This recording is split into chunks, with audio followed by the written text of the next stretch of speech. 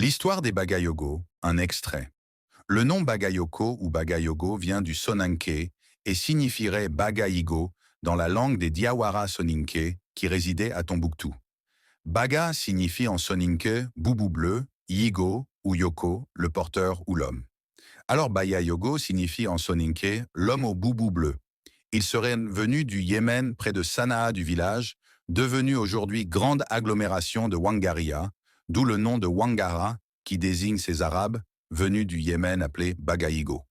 Le premier nom des Bagayoko est donc Wagara, les gens talibés en général qui seraient venus de Wangaria avec leurs accoutrements bleu foncé, typiquement identifiables, au milieu des autres populations. L'histoire nous révèle que les Wangara Bagayogo ou Bagayoko seraient des descendants de Nabila Daouda, qui n'aurait eu qu'un seul fils du nom de Nabila Suleiman. Nabila Suleiman a eu à son tour deux enfants, une fille et un garçon. Ces deux enfants auraient un pour maman Balakissa, femme djinn, mystérieuse, et deuxième épouse de Massa Suleiman. La fille fut mariée à un autre clan et demeure l'ancêtre maternel des Peuls et les Juifs Falasha d'Éthiopie, d'où les origines Peul de Yémen à l'Éthiopie, puis leur dispersion en Afrique par la suite. Quant au garçon descendant des Wangara, il s'installa au Yémen, dans le village de Wangaria, près de Sanaa. Une partie de ce clan des Wangara talibés descendirent du Yémen, en passant par la mer Rouge, se rendirent en Éthiopie, puis en du centre, mais surtout du nord, pour propager l'islam.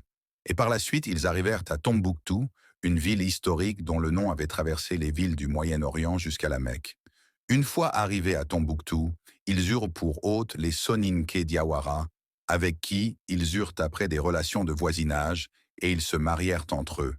Ces talibés pacifiques venus du Nord pour enseigner et prêcher la religion, les Bagayoko ont obtenu dès lors de leur cohabitation avec les Sonikés, principalement les Diawara, une entente et même des femmes en mariage du clan des Diawara.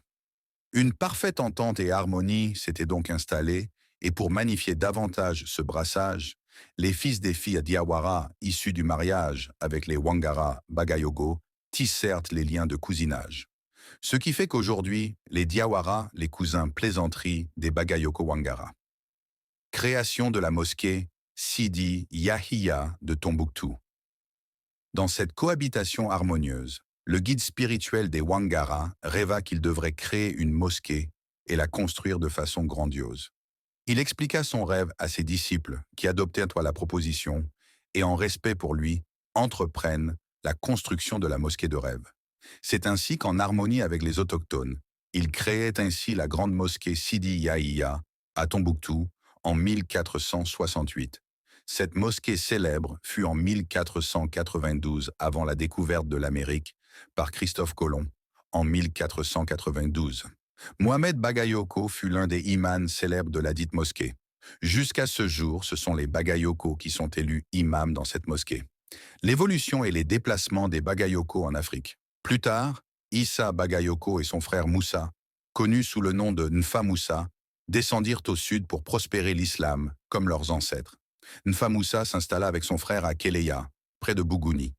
Après quelques années, Issa Bagayoko et ses talibes décident de laisser son frère sur place et de partir à Séguéla, puis à Kong, en Côte d'Ivoire, pour propager la parole de Dieu. Après quelques années, Nfa Moussa décida aussi à son tour de s'installer à Korogo, où il mourut après plusieurs années de service passés pour prospérer l'islam. Sa tombe demeure de nos jours un symbole et un lieu de recueillement pour beaucoup de fidèles musulmans, et les noms de famille Bagayoko ou Wangara.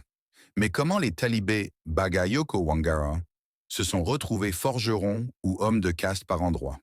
L'histoire se poursuit et a besoin d'être complétée. Alors, patience et recherche.